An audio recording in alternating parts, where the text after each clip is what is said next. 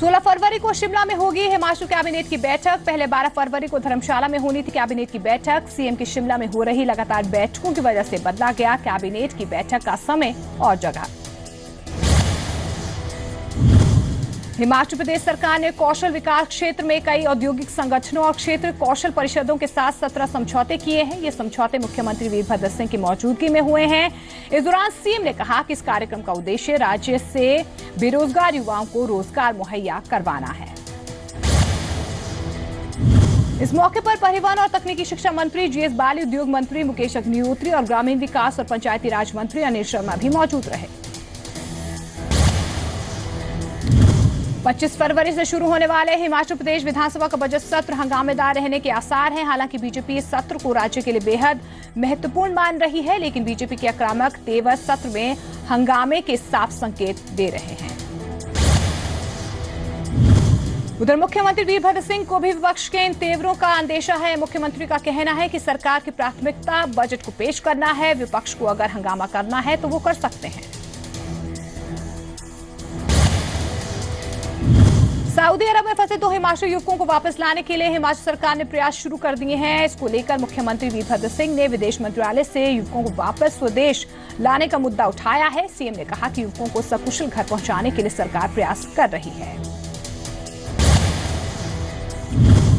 हिमाचल प्रदेश में कांग्रेस ने केंद्र सरकार पर हिमाचल से भेदभाव करने का आरोप लगाया है। पार्टी ने केंद्र सरकार पर राजनीतिक वजहों के चलते हिमाचल के विकास में बाधा न डालने की अपील की है। अपने आरोपों को पुख्ता और सही होने का दावा करने के लिए कांग्रेस ने उदाहरण देते हुए सेब के निर्यात के लिए 2 और पोर्ट्स खोलने की इजाजत देना और लंबे वक्त से चल रही चंबा में आईटीबीपी की टुकड़ी की मांग की भी जिक्र किया है। बीजेपी ने कांग्रेस के इस बयान पर जोरदार पलटवार किया है। बीजेपी प्रवक्ता गणेश दत्त ने प्रदेश सरकार को कुंभकर्ण समान बताया है और सरकार पर झूठे आरोप नहीं लगाने के लिए कहा है। साथ ही सरकार से श्वेत पत्र की भी मांग की गई है। पिस्तौल के दम पर ऊना में छीनी कार के मामले में पुलिस अभी तक कोई पर्दा नहीं उठा सकी है। 3 लोगों ने पिस्तौल के दम पर जलंधर के ड्राइवर से कार छीनी थी। हालांकि पुलिस इस मामले में पड़ोसी राज्यों की पुलिस से भी मदद ले रही है। इसके अलावा सीसीटीवी कैमरे भी खंगाले जा रहे हैं।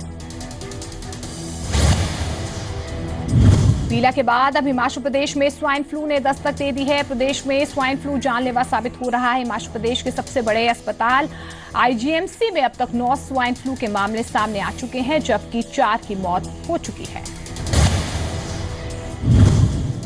एक तरफ एक के बाद एक 4 मौतें हो चुकी है, तो वहीं अस्पताल प्रबंधन दावा कर रहा है कि उनके पास स्वाइन फ्लू से निपटने के पूरे इंतजाम हैं।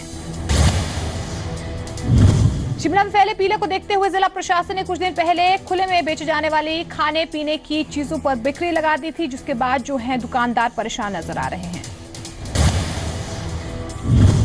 उधर जिला प्रशासन ने एक बार फिर से एहतियात के तौर पर खुले में बेचे जाने वाले खाने पीने की चीजों पर रोक लगाने को आदेश जो है वो बरकरार रखा है, लेकिन इन व्यापारियों की मांग पर गौर करने का भी भरोसा दिया गया है। हिमाचल में बर्फबारी की वजह से 300 से ज्यादा सड़कें बंद हो गई हैं। अकेले शिमला के आसपास 100 रूट बुरी तरह से प्रभावित हो गए हैं। ताजा बर्फबारी की वजह से ग्रामीण इलाकों के रूट सबसे ज्यादा प्रभावित हुए हैं। रविवार को हुई बर्फबारी से नारकंडा, खड़ा पत्थर, चौपाट समेत कई इलाके बुरी तरह से प्रभावित हुए हैं।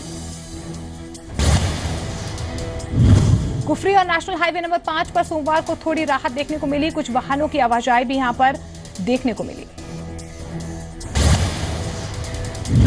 हिमाचल प्रदेश में मौसम का मिजाज पूरी तरह से बदल गया है। पहाड़ों ने बर्फ की चादर ओढ़ ली है। सड़कें बर्फ से ढक गई हैं। शिमला में 5 से 6 इंच तक बर्फबारी हुई।